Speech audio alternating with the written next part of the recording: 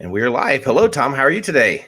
Hey, Carlos. How are you? I'm doing great. Welcome, Tom, and also want to thank all the people tuning in from the various platforms that we're live streaming today, whether you're listening in on Facebook, YouTube, Twitter, Periscope. We're simulcasting to a lot of different platforms. And today I'm very excited for our special guest, someone that I've personally known for several years and someone that's done a lot to help the disability community or people with all abilities, and that's attorney and friend Tom Blessing. And Tom is with the Masalamani, Jeter, and Carson LLP. Tom is very distinguished in the area of educational law. Tom is, again, currently a partner. He practices education law, representing parents and students with claims arising under individuals with disabilities, the IDA article section. So has done terrific work here in our state of Indiana. So Tom, welcome to the live stream, and thank you for being here today. Well, thank you for having me. I look forward to it. Yeah, well, I tell you what, it's perfect timing, Tom, with all things considered, as parents begin to navigate what the return to normal is as it relates to education. And even though it's a very vibrant situation, I think it's important to tell a little bit around your background, because I think it's important. So if you would like to share, Tom, with our listeners a little bit more about yourself, please. Absolutely. I've been practicing education law for about 10 years now, and I exclusively represent parents and their children, almost all of whom have some form of disability.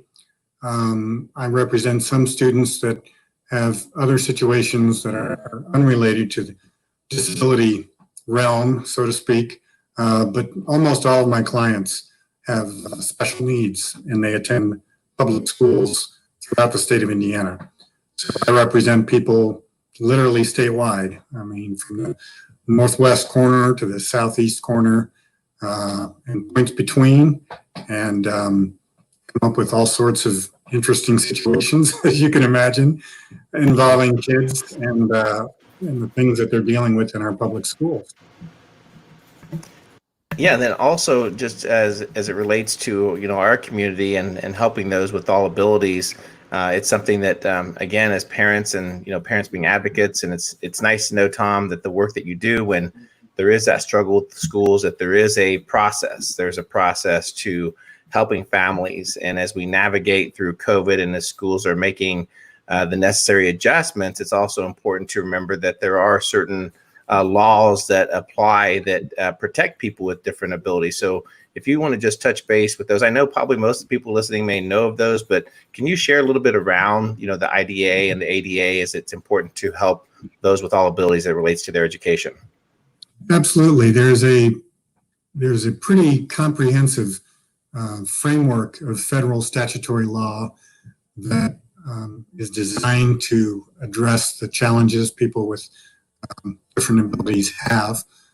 Most people are familiar with the Americans with Disabilities Act, which turns 30 years old. So we're sort of observing the anniversary of that landmark legislation. Another statute that people may not be as familiar with is the Rehabilitation Act, which was another federal piece of legislation passed in 1973. And then the third one, and the one I primarily work with, is the Individuals with Disabilities Education Act, or IDEA. We just call it IDEA for short. And that's the one that's geared primarily towards students in public schools who have special needs. Yeah, great. And then also, probably a lot of the listeners are familiar with the IE programs that are built to help combine some of the accommodations that are maybe necessary to help those with all abilities. And Tom, in regards to that, what are your thoughts or concerns as we'll just go right at it, talking about COVID and the different types of scenarios? Do you have any initial concerns as parents begin and students begin back into school? Any initial concerns in regards to any policies or procedures at the schools that may apply to some of those accommodations?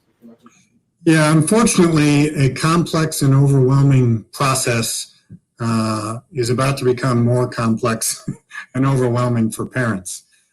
Starting in March, the U.S. Department of Education has issued several guidance letters or memoranda that are supposed to give public school districts some ideas on how they're supposed to proceed with handling children that have an IEP, for example, which almost all of my clients either have an IEP or they should have an IEP. So what the U.S. Department of Education did in March is issue these little bulletins, almost like little memos, to schools, but also to parents, to tell them how this changing landscape is going to affect their children. And unfortunately, they haven't given people real clear guidance, either school districts or parents, on what's going to happen and when it's going to happen and how it's supposed to look. So aside from the guidance that was issued by the U.S. Department of Education, the Indiana Department of Education has also issued guidance. And unfortunately, to a parent reading those, even if someone reads and understands every single word and retains it, remembers it, the parent's still probably going to find himself or herself asking, what now? Now that school is supposed to resume here in the next few days. So I'm concerned, number one, I'm concerned at the lack of direction that parents have. But frankly, I think school administrators and school teachers may be almost equally handicapped in that regard from the standpoint of what do we do? How is it we're supposed to comply with the federal law, specifically the IDEA, now that school is about to reopen? And so I'm very worried that parents don't have a lot of the answers and schools don't have a lot of the answers either. So we're going to have two groups of people that aren't really sure how they're supposed to do their jobs, respectively, as parents or school teachers. Right, absolutely, and I want to be mindful of that. These are very challenging times. Not only for administrators, educators, parents as well, and I'm sensitive to that. But at the same time, I think there needs to be important discussion to be had in regards to what is protocol, what is the standard, and already in our ability group, there's the conversation in regards to the mask, and that seems to be it's not a political issue. There are people who do have either sensory related issues or perhaps maybe just they just they can't stand that in regards to maybe they have a respiratory related issue that they just prefer not to. So even though that's just a small example, I think it's important to begin those conversations with parents who are thinking about that as it relates to their child, their student returning to school. What would be your advice, for example, if someone says, hey, look, I've tried everything, I've done, social skills, social intervention, to try to help with the mask, what it's for and everything. But if it comes down to it, what would be the steps if someone was trying to make accommodations for even like a medical exemption for their student back to school? What would be your recommendations for that, Tom? Yeah, a lot of the students I represent will not wear a mask, as you point out, for a variety of reasons, including sensory processing difficulties. Some of them, frankly, don't have the cognitive ability to understand why it is they're being asked to wear a mask. They just don't understand the purpose of the mask, and therefore, why are you putting this thing on my face? In others, it's a practical matter of, for example, someone with a hearing impairment. If someone has either a cochlear implant or a hearing aid, that individual may not be able to wear the mask, or the mask might somehow interfere with that device. So what I would tell parents is, certainly if your child can wear a mask, will tolerate a mask, to do so. However, there are going to be a lot of kids who simply cannot or will not keep it on the face, in which case I would first approach the school and explain the situation. And if the school understands it, fine. If not, then it's probably time to get a note from a provider, whether it's a physician or a therapist. I'm not sure what the school is going to accept. For example, a certificate of incapacity is what we typically would use to excuse a child from regular attendance. Well, that is a form used by the Indiana Department of Education, which by law has to be signed by a physician. not a psychologist, not a speech therapist, a medical doctor. So I don't know if schools are going to insist that parents produce a note from a doctor. To me, that seems a little impractical and unreasonable. But certainly a note from the child's provider to excuse the child from wearing a mask would be in order. And I think if schools are going to insist that students with disabilities wear a mask, I think schools run a risk of violating the Americans with Disabilities Act, the ADA, because as you know, schools have to make reasonable accommodations for people with a disability. And if someone cannot wear a mask by virtue of his disability, it's a reasonable accommodation, in my opinion, to allow that student to not wear a mask at school. Yeah. Now, Tom, with that, would that exemption, medical exemption for the mask, would that be included in their IEP, their individual education plan, or is that something you'd recommend them doing? I mean, that process in itself is going to be challenging, just with the social distancing aspect of it and everything. But is that something that should be included in the IEP once that's established? Well, typically, any accommodation for the student would be reflected in the IEP, or in the case of the other statute I mentioned earlier, the Rehabilitation Act, sometimes commonly referred to as Section 504, kids with a 504 plan would have it listed as an accommodation. So yes, in a perfect world, that accommodation would be reflected in the IEP. However, it's probably not realistic for parents to get that incorporated into the IEP on such short notice. Now, if the school will do it with just a phone call or an email, that's great. But I don't think it's practical to expect IEP meetings for all these kids who want to have that accommodation added. So as far as I'm concerned, it should be and is best addressed without making any revisions to the IEP. You're not really changing the education program as such for the child. You're simply saying this student doesn't have to wear a mask. Right. Shifting gears a little bit, Tom, have you thought about through the entire e-learning process as it relates to those with disabilities, as far as any potential accommodation needs or any transition? Have you thought through that personally to think what might be some of the obstacles with that or some of the concerns that arise? There's a lot of obstacles. And now that we've had a 4-month experiment, I think it has been, with e-learning, the consensus among people I'm talking to, parents who are calling me, is that it's been a disaster. Teachers aren't teaching, students aren't learning, there's technology hiccups. Sometimes people can't even log on to the particular platform that they're supposed to be using. They've got the usual distractions at home with other children and dogs barking, and it has just been, in my estimation, a failed experiment. Now that we've had a few months to try it, it hasn't worked. Yeah, well, I think in part it may be, leaving some of those with disabilities behind, primarily when I think as it relates to most students with IEPs or accommodation allows for, either some one-on-one time, an aide to help them either take notes or to help them, even through maybe like a test of some sort. So I definitely see that concern arising. Is there any solution that you can think of through that? I mean, it'd be almost impossible for schools to necessarily, provide somebody to help with that e-learning.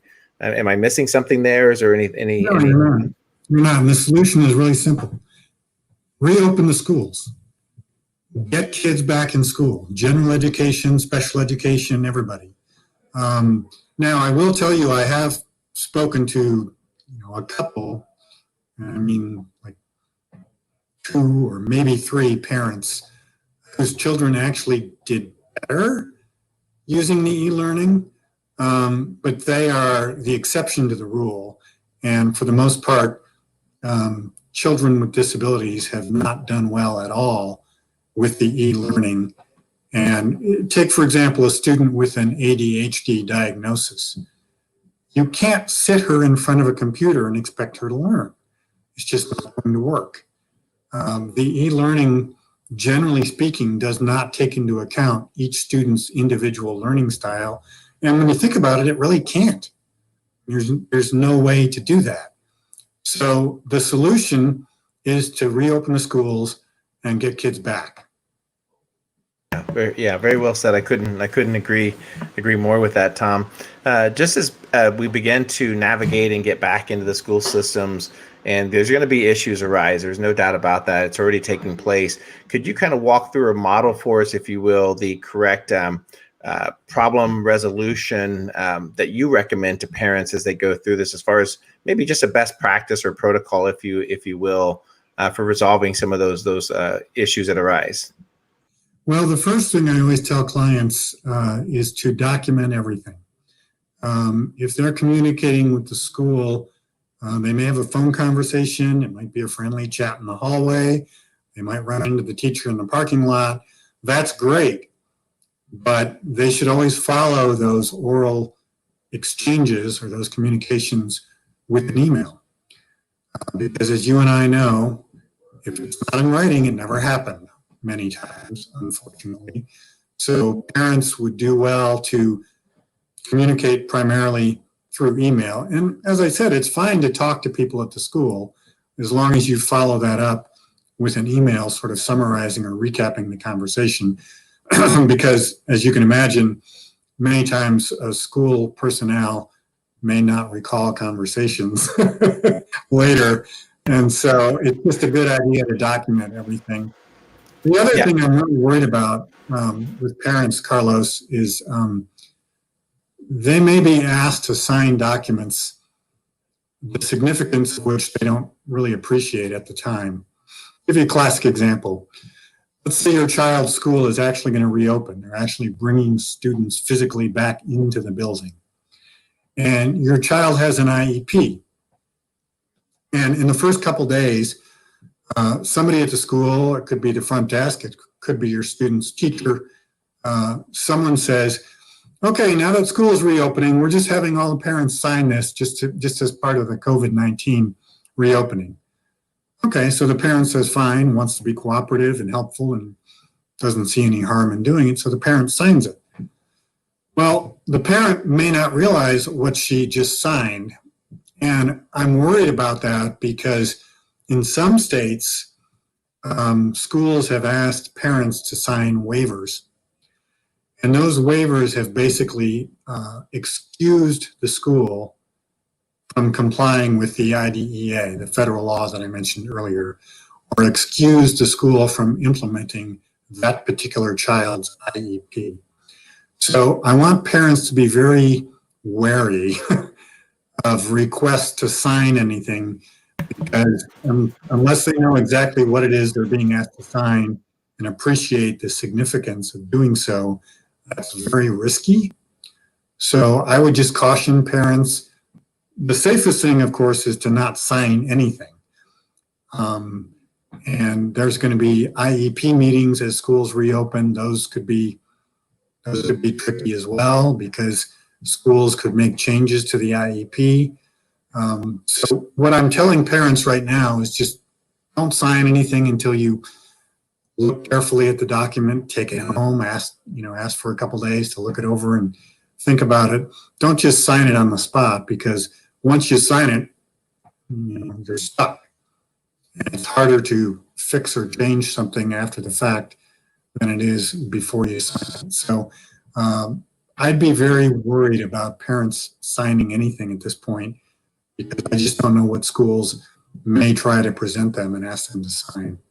Yeah, that's great advice, Tom, and I think a good portion of that as it relates to the fear factor with COVID, and it's a legitimate fear. You see it, not only from some of the students, but also some of the teachers apply, and I think it's going to have to take some common sense. I think that there's going to be just as much responsibility and accountability placed on not only just the educators, but on the parents as well. I mean, how many times do you see where maybe a child wakes up with a mild fever, but you give them some Tylenol and it suppresses the fever, and you still send them to school and it only lasts a couple hours. So I think it's, this is going to be a unique time where I think parents need to really assess that. And, Johnny or Elizabeth, whoever, may not be able to go into school for their Valentine's Day celebration because they're sick and they need to stay at home.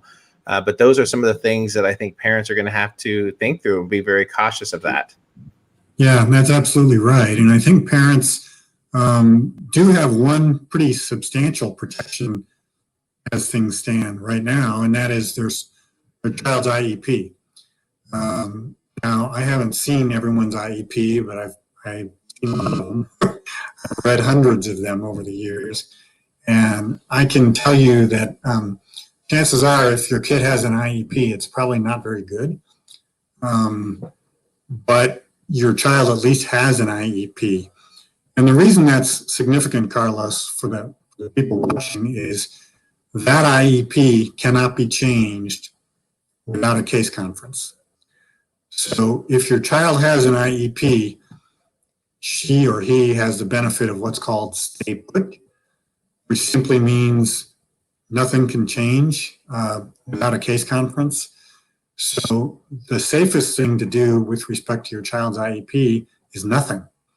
Because if the school wants to change it or wants to reduce the number of minutes of speech therapy, let's say, per week, that your child is supposed to be receiving under her current IEP, school can't change that without a case conference. So your shield, if you will, if you're a parent, is your child's IEP, because that is what the school is supposed to be implementing.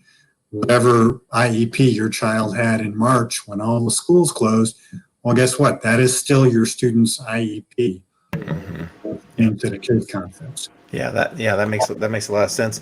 And so I think I distracted a little bit or deterred from our initial conversation. That was just in regards to the protocol procedure. So in regards to seeking out counseling or legal representation, Tom, when do you think is the time for that? Can you walk us through that a little bit? Sure. Any parent who feels like this isn't right, you get that sort of funny feeling that maybe the school's trying to pull something that's questionable. Maybe it's perfectly legal, but usually that instinct, that intuition, that vibe, if you will, is a pretty good indication that maybe something's not right here. And if that happens, a parent ought to talk either to another parent or a parent advocate, or go online and maybe look up to see if this particular issue has arisen with another parent, or talk to a lawyer. And most of the lawyers who represent parents, and there aren't many of us, but most of us are happy to talk to parents, no charge, answer their questions. I look at parents' IEPs every day for no charge. Parents just send them to me, and I'll look them over, I'll read them, and I'll get in my impressions, without charging them anything. And I can usually get a pretty good sense from looking at the IEP where there's a serious problem there that ought to be addressed. Yeah, that's terrific. That's great. And then also, Tom, if you could please, closing thoughts, and then also for our listeners, how can they learn more about you, your practice, or seek out any type of legal advice with your firm? Absolutely. I would encourage parents to get their kids back in school. They're probably going to want to ask for a reevaluation. It's been about, 6 months since there's been quote unquote real in-person school. So in addition to the summer break, we had basically the second half of the spring semester stay away. So I would encourage parents to either request a reevaluation by the school psychologist, or parents can ask for what's called an independent evaluation, or an IEE. And that's done by a psychologist the parent chooses. It's not the school psychologist. That's done by a private psychologist chosen by the parent, not employed by the school district. And if it's done the right way, the school district will pay for that evaluation. I think it's really important for parents to get a good handle on what we call the present levels of performance for the child, now that school's been out for a while. Yeah, absolutely. Yeah, I completely agree. And for those tuning in, I know it's been value added to me because you answered some of the questions that I had. And then also in regards to your firm, you guys do have a Facebook page that people can go over and like. And check that out over there. Again, it's at MJ Attorneys that you can find their Facebook page. And then their website address is mjcattorneys.com. So, Tom, thank you so much for a great discussion. And for those tuning in, please like, share, and subscribe. So thank you, Tom, and enjoy your afternoon. My pleasure. Thank you, Carlos.